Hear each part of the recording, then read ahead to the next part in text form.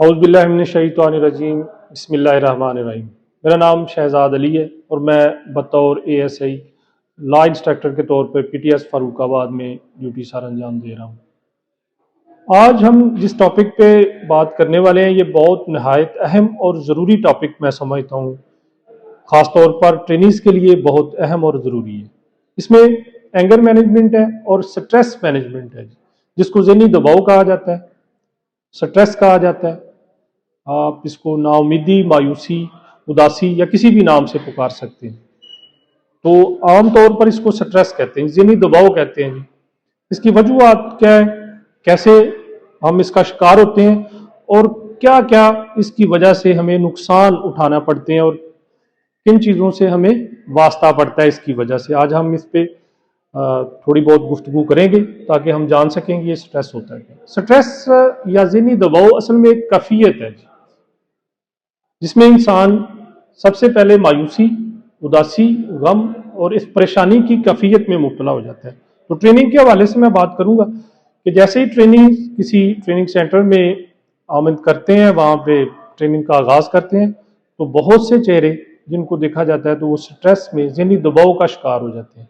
उसमें सबसे अहम वजह ये होती है कि आप शिफ्ट करते हैं, शफल करते हैं, माइग्रेट करते हैं घर से, होम सिकनेस होती है, दीगर मसाइल पेश आते हैं। तो आप ये वक्ती तौर पे अगर 1, 2, 3 दिन तक आपका ये एहसास रहे तो ये पॉजिटिव है, ये नॉर्मल है, ये नेचुरल है।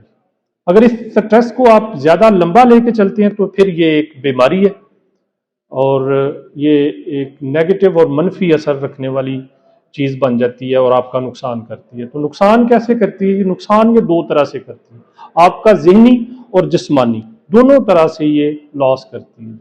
ज़हनी तौर पर आप झुंझलाहट का शिकार होते हैं, इस तरह भी कैफियत में मुब्तला हो जाते हैं, आपका क़ुव्वत मुशाहदा मुतासर हो जाती है, क़ुव्वत हाफ़िज़ा मुतासर होती है, बर्दाश्त आप में कम हो जाती है और फिज़िकली इसका असर ये होता है कि दुख और तकलीफ़ के एहसास और जो परेशानी है सबसे पहले आपके सेहत को ख़राब करती है, मुतासर करती है और शदीद करती है। तो इससे बचा कैसे जा सकता है? बचने के लिए सबसे अहम और ज़रूरी बात जो हमें सब लोगों को मालूम है, बार बार हम मुख्तलिफ उलमा हज़रात से सुनते हैं कि अल्लाह पाक इरशाद फरमाते हैं कि ला तक़नतू मिन रहमतिल्लाह, की रहमत से कभी भी मायूस ना होने का हुक्म अल्लाह पाक इंसानों को दे रहा है। तो दूसरी जगह पे इरशाद बारी ताला जिसका मफ़हूम ये है कि मैं किसी भी इंसान पर कोई ऐसा बोझ नहीं डालता जिसको उठाने की शक्कत उसमें नहीं होती।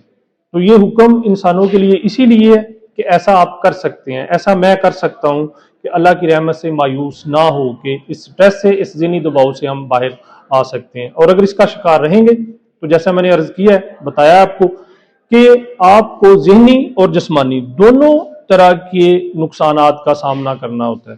तो अल्लाह की रहमत से मायूस ना होके, पॉजिटिव होके, मुस्बत सोच रख के हम इस ज़हनी दबाव से बाहर निकल सकते हैं।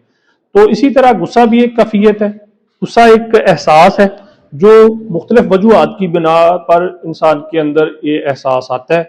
तो ये एक नेचुरल है, फितरी है। कोई इंसान इस जज्बे से बगैर नहीं है, इसके जज्बे से भाग नहीं सकता। तो गुस्से का आना एक फितरी अमल है, लेकिन इसका इजहार अगर मनफी तरीके से करते हैं तो वहां पे ये मसाइल पैदा करता है।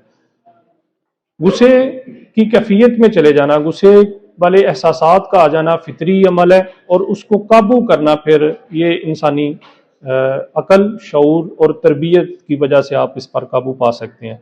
नबी अकरम सल्लल्लाहु अलैहि वसल्लम की ज़िंदगी का अगर मुताला करें तो बहुत से ऐसे वाक़यात हमें मिलते हैं कि आपने अपनी मर्जी के ख़िलाफ़ और नापसंदीदा अफ़ाल या इंसानों को बहुत ज़्यादा उनका सामना किया और सब्र और तहम्मुल से उनको बर्दाश्त करके आगे बढ़े। तो ना सिर्फ उससे आपके किरदार का हमारे लिए वो मशअल रहा, बल्कि उस अमल की वजह से बहुत से लोग हल्का इस्लाम में दाखिल भी हुए।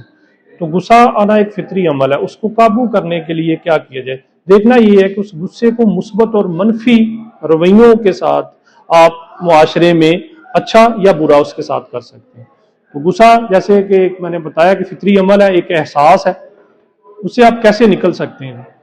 उसे आप मुस्बत तौर पर अपने काम को आगे बढ़ाने کے لیے استعمال کر سکتے ہیں۔ مثال کے طور پہ کسی آفیسرز کو اگر کبھی کسی وجہ سے ڈیوٹی پر لیٹ آنے کی وجہ سے، ڈیوٹی صحیح نہ کرنے کی وجہ سے کسی سرزنش کا سامنا کرنا پڑا ہے، تو اب اس جو کیفیت ہوتی ہے غصے کی، اس کو پازیٹیو اور مثبت طور پر اس طرح لیں اگر کہ آئندہ میں اپنی ڈیوٹی صحیح ٹائم پر اور صحیح طریقے سے سر انجام دوں گا، تو یہ ایک مثبت پہلو ہے۔